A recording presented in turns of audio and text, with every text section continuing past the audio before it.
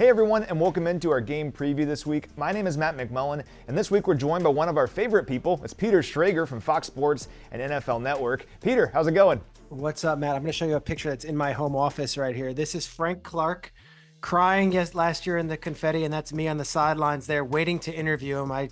Someone took a photo of that, and I figured, all right, that's going in the office. So that's where I'm at right now. I'm in a Kansas City state of mind. I love it. That's perfect. Hopefully another photo here in about 3 weeks. Got to get through the Ravens first, though. This will be a tough matchup, obviously. Ravens are the number 1 seed in the AFC.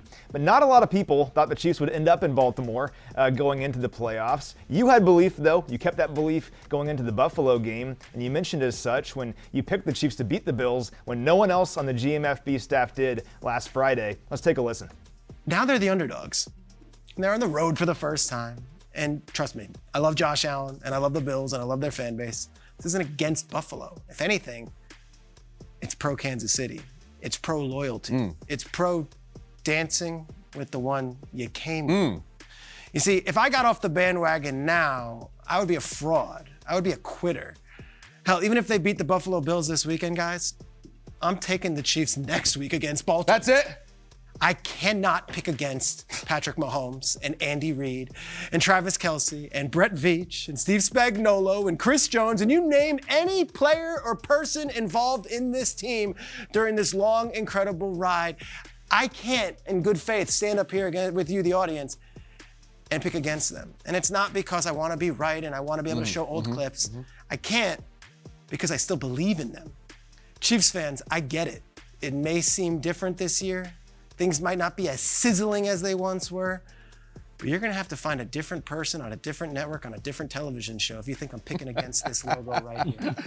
I've got the Chiefs winning on Sunday, and it's not with hubris or arrogance or PFF numbers or next-gen stats from Amazon. It's with my gut. Yeah. It's because I'm dancing with the guys that got me. All right, there we go. What gave you belief back then, and now what gives you belief that the Chiefs can go into Baltimore and win this one and get back to the Super Bowl? I said it last week. It's like you close your eyes and you picture, all right, how's this game going to go? And is there a scenario where I could see for sure Lamar Jackson just clicking on all cylinders against this Chiefs defense? And gosh, Mike McDonald's defense has been so good. They're just going to suffocate and sack Patrick Mahomes 10 times. And if Joe Tooney's out there, if he's not out there, like, are they just going to exploit that? And maybe for some people, I can't in good faith go away from Patrick Mahomes, Andy Reid, Travis Kelce, and the core, and especially with the defense, the way they're playing this season. So PFF numbers might say something different. Amazon Next Gen Stats may say something different. This is not where I get paid to do my job by just going on my gut and on my instinct. But I can't go to sleep at night picking the Chiefs the whole way through here, and then on the last second before the Super Bowl, all of a sudden abandoning them. I don't know how it gets done. I think it's a lower scoring game than people are expecting. I think it's 2 teams scoring in the 20s, similar to what it was last week. And I think somehow, some way, the Chiefs come out and they're playing in 2 weeks in Vegas. I love it. You're firing me up once again.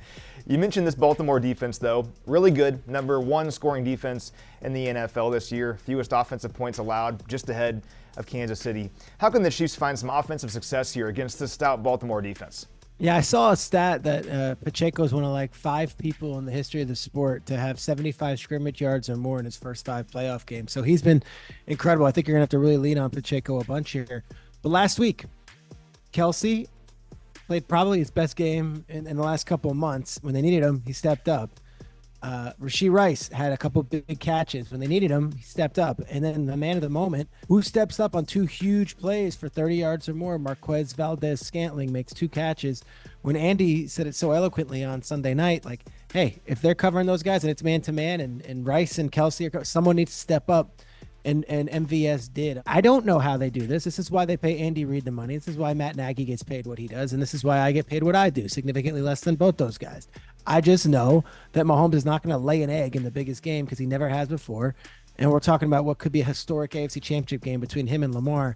And I think someone else steps up. Someone has to step up. I think you're going to get your production from Pacheco and Rice and Kelce. And if it's not MVS this time, maybe it's Justin Watson this week, or maybe we get it from Richie James on offense. I don't know what it is, but I think someone's going to have to step up differently. And you know what? If it's the Chiefs in the playoffs, usually that person does.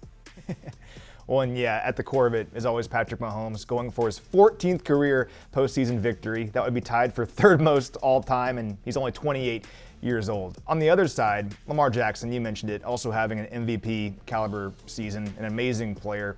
The Chiefs defense has been so good this year, number 2 scoring defense in the NFL behind only Baltimore. What are some keys for this Chiefs defense to slow down Lamar and this Ravens offense? I have so much respect for what they're doing because they changed their offense this year. He changed his game. I know a lot of people are triggered by, people coming at Lamar's throwing. He's been an amazing thrower of the football this year, and he wasn't historically. He wasn't that guy who can lead it. He had good moments. He had big numbers, but like what he did last week in the second half, if it didn't silence every one of his doubters, it definitely had them thinking 3 times, 4 times about questioning whether this guy can do it all. He's the MVP for a reason this year. He is a worthy competitor to Patrick Mahomes, and the scary thing is the legs. He can break tackles, he can spin out of things, and last week they had such good blocking on so many of those like bootlegs and waggles that you better believe Todd Monken has gotten another level and has taken this offense to another level, and Lamar's been incredible. So this will be interesting. I don't know how they do it, but the Chiefs, they always find a way. Yeah, it should be a heck of a matchup here on Sunday. The 2 best teams in the AFC going at it for the right to hoist the Lamar Hunt Trophy. And for the Chiefs trying to get back to the Super Bowl, that's been the mission all year long. There's been some ups and downs, but here they are in the spot that they were hoping to be in when the season began, with a chance to go back to the Super Bowl. Peter, awesome stuff, man. Really appreciate your time. Matt, you're the man. Enjoy another AFC Championship game. 6 straight. You've earned it, dude.